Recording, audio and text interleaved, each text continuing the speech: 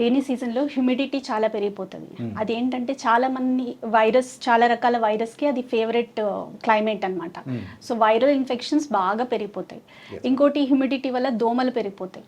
దోమల వల్ల వచ్చే ఇన్ఫెక్షన్స్ వేరే, మలేరియా కానీ డెంగ్యూ ఫీవర్ కానీ చాలా ఎక్కువ ఉంటుంది. దాంతోపాటు హ్యూమిడిటీ ఎక్కువైపోవడం వల్ల ఫేస్లో జిడ్డు ఎక్కువైపోతుంది. సో ఫేస్ ఎక్కువ వాష్ చేస్తూ ఉండాలి.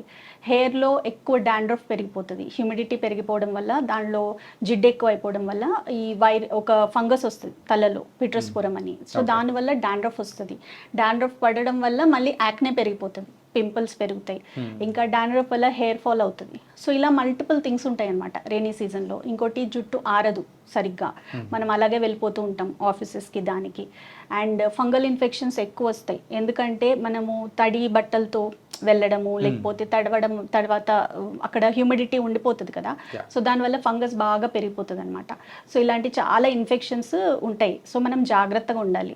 రైనీ సీజన్లో చాలా జాగ్రత్తగా తీసుకుంటే స్కిన్ అనేది మెయింటైన్ అవుతుంది. మీరు ఇందాక చెప్పారు చూడండి మ్యామ్, తడి జుట్టుతో అలాగే వెళ్ళిపోవడం కానీ, సో దానివల్ల ఏమన్నా